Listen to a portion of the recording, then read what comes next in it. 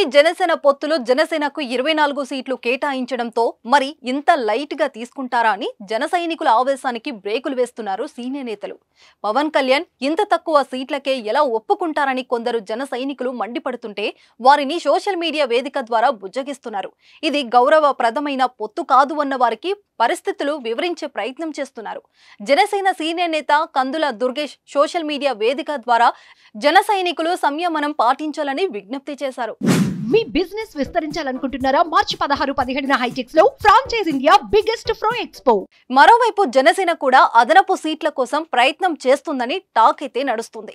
ఎందుకంటే క్యాడర్ కి సర్ది చెప్పుకోవాలని చూసినా కొన్ని చోట్ల ఫలించడం లేదు. కాపు సామాజిక వర్గం అయితే దీని మీద పెద్ద ఎత్తున మండిపోతుంది. కేటాయించిన సీట్లు అన్ని కూడా టీడీపీకి పట్టు ఉన్నవే.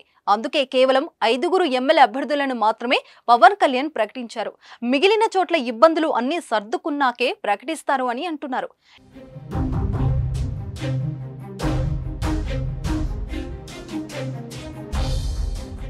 ఇప్పుడు దానికి తోడు మరో 10 సీట్లు అంటే ఇస్తారా అన్నదే అనుమానం. దీని మీద జనసేన పెద్దలు ఎవరు స్పందించడం లేదు. కానీ ఆ పార్టీలో కొత్తగా చేరిన మాజీ మంత్రి కొనతాల రామకృష్ణ మాత్రం తనదైన కీలక కామెంట్ చేశారు.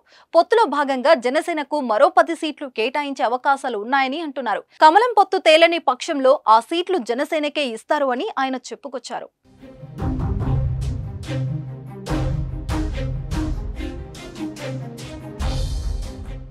అయితే అది వాస్తవంలో జరిగేనా అన్నదే ప్రశ్నగా ఉంది. ఇప్పటికే 24 సీట్ల కోత పడిందని టీడీపీ నేతలు గొడవ చేస్తున్నారట. దానికి కొత్తగా మరిన్ని ఇస్తే కనుక ఇంకా టీడీపీలో రచ్చ జరుగుతుందని అని అంటున్నారు. అయితే జనసేన అనుచరులు మరింత మంచి అవకాశాలు ఇస్తామన్న పవన్ కళ్యాణ్ మాటలు మరువద్దన్నారు. పొత్తు ధర్మం పాటిస్తూ విజయం కోసం అందరూ పాటుపడాలని కోరుతున్నారు.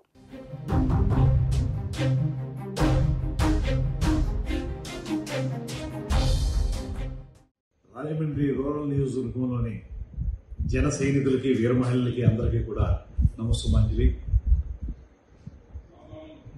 కొన్ని పరిస్థితుల నేపథ్యంలో మన పార్టీ అధినాయకత్వం రాజమండ్రి రూరల్ నియోజకవర్గం యొక్క అభ్యర్థి విషయంలో కొన్ని ఆలోచనలు చేస్తూ ఉంది. అది ఏ రకమైన నిర్ణయం అయినప్పటికీ కూడా మన పార్టీ నాయకులు కానీ కార్యకర్తలు కానీ ఇతర వ్యక్తులు కానీ ఎవరో కూడా ఆవేశకావేశాలకు లోను కావద్దని, ముఖ్యంగా మనమందరం కూడా సుశిక్షితులైనటువంటి సైనికుల మాదిరిగా పనిచేసేటువంటి వాళ్ళం. మనం ఎటువంటి పరిస్థితుల్లో కూడా మన సంయమనాన్ని కోల్పోవద్దని, అంతా మంచి జరుగుతుందని, మన పార్టీని విజయ తీరాలకు తీసుకెళ్ళటమే మనం ధ్యేయంగా పనిచేయాలని కోరుకుంటున్నాం.